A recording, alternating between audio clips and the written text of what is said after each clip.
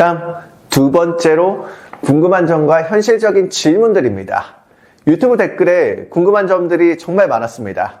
하나하나 정리를 해보면은 첫 번째 질문은 사업자 대출 가능한 건가요? 라고 물어보셨습니다. 이게 매매 사업자 대출 물론 가능합니다. 다만 사업자 대출은 기존의 차주, 그러니까 나의 신용등급과 기대출을 보는 경우가 있습니다. 그렇기 때문에 내가 기대출이 많다, 신용등급이 좀 저조하다라고 하면은 이거는 금융기관에 한번 문의를 해보고 나서 혹은 대출 상담사에게 문의 이후에 들어가는 것이 좋습니다. 두 번째, 대출이 잘 나오나요? 라고 물어보신 분도 계시는데 이런 질문을 하시는 분들은 주부분들이 좀 많습니다. 내가 4대 보험에 들어가는 직장이 없고 이런 경우에도 과연 대출이 나오나? 라고 물어보실 수 있는데 대출은 4대 보험으로 증빙을 할 수도 있지만 카드 사용 이용량, 즉 신용카드 사용량으로도 확인할 수 있습니다. 그 두 가지가 안 되면은 대출은 조금 힘들다고 생각하시는 게 좋습니다. 내가 4대 보험 직장도 없으면서 신용카드를 사용하지도 않는다. 그렇다면 대출이 조금 어려울 수도 있다. 하지만 어렵다고 해서 안 되는 건 아닙니다. 잘 찾아보면 대출을 해주는 곳이 있기 때문에 잘 한번 찾아보는 것이 좋겠다라고 밖에 답변을 못 드릴 것 같습니다. 세 번째 질문이 매매 사업자를 설립하고 바로 대출을 받을 수 있나요? 라고 질문해 주셨는데 이게 즉발 사업자를 내고 대출을 받는 겁니다. 즉발 사업자도 내 개인 신용상의 문제가 없으면 충분히 가능합니다. 네 번째 질문은 입찰할 때 사업자 명의로 입찰해야 하나요? 라고 질문해 주셨어요. 입찰할 때 제가 아까 전에 말씀드렸다시피 개인의 명의로 주택수가 산정이 됐다고 했잖아요. 사업자 명의로 입찰하는 거 아닙니다. 개인 명의로 입찰하는 겁니다. 다섯 번째 질문은 이거 많은 분들이 궁금해 하실 것 같아. 기간 내에 2채 이상 안 팔면 기존 양도세로 적용이 된다. 이런 얘기가 있습니다. 반기에 2번을 사고 1번에 팔아야 된다. 이런 것들이 있는데 매매 사업자를 내고 이 부분에 걸려서 세무사에서 과태료가 중과가 나왔다? 흔하지 않습니다. 정말 재수 없으면 걸린다라고 생각을 해주는 게 좋습니다. 그게 저는 아닐 거예요, 일단. 그렇기 때문에 여러분들도 아마 아닐 겁니다. 만약에 이게 세무사에서 걸리면은 내가 부동산에 매도를 하려고 했다는 자료를 가지고 입증을 하면 되는데 그 입증 자료 같은 경우에는 세무사에서 어떤 걸 요구할지 잘 모르겠습니다. 그렇게 예외적으로 걸리신 분이 있다고 하시니까 그런 것만 좀 참고로 하시면 될 것 같습니다. 다음, DSR이 안 걸리는 거예요? 라고 물어보시는 분도 있습니다.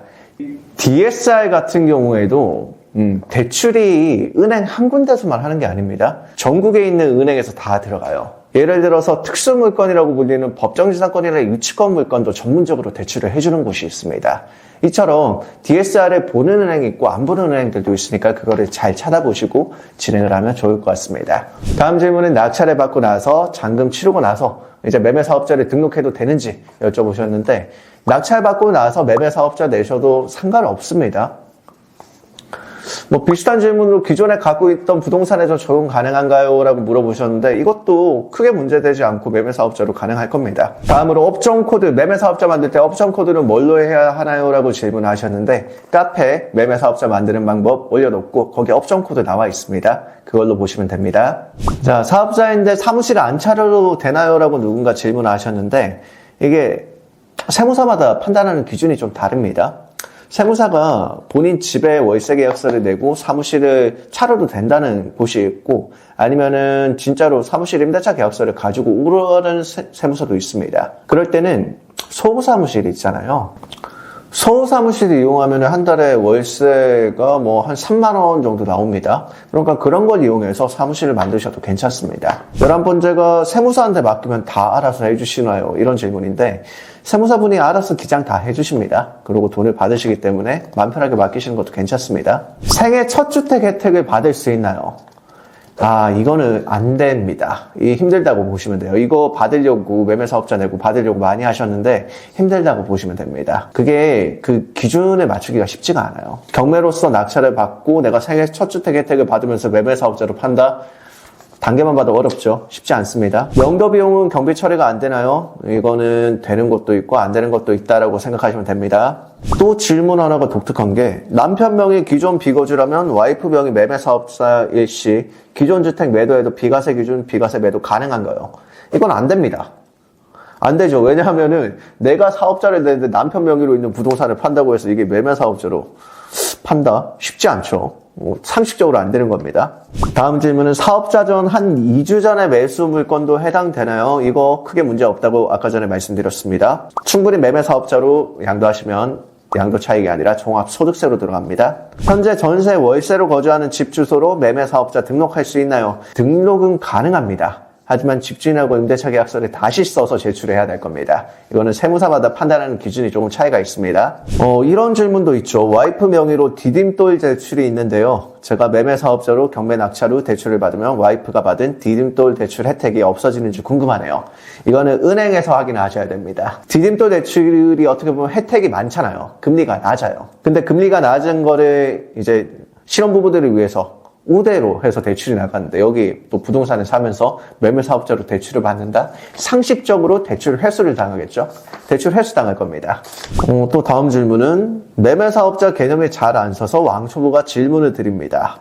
매매 사업자는 경매 대출 시에도 사업자 대출이 아닌 개인 명의로 진행하게 되나요? 라고 물어보셨는데 개인 명의로 진행할 때도 있고 매매 사업자를 통해서 대출을 진행할 때도 있습니다.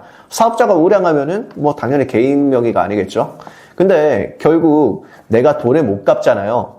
매매 사업자로 대출을 받았어도 본인, 즉 내가 다 책임져야 됩니다. 내가 이거 돈 못 갚아가지고 경매 날리면 끝 아닌가? 이거 절대 아닙니다. 어차피 채무는 끝까지 나한테 따라온다 생각하시면 돼요. 한 가지가 궁금해서 여쭤봐요. 매매 사업자를 낸 후 주택 매수를 하고 사업자는 별도로 제 개인 명의로 주택을 첫 매수하면 생애 첫 무주택자 혜택들은 마찬가지로 못 받게 되는 걸까요?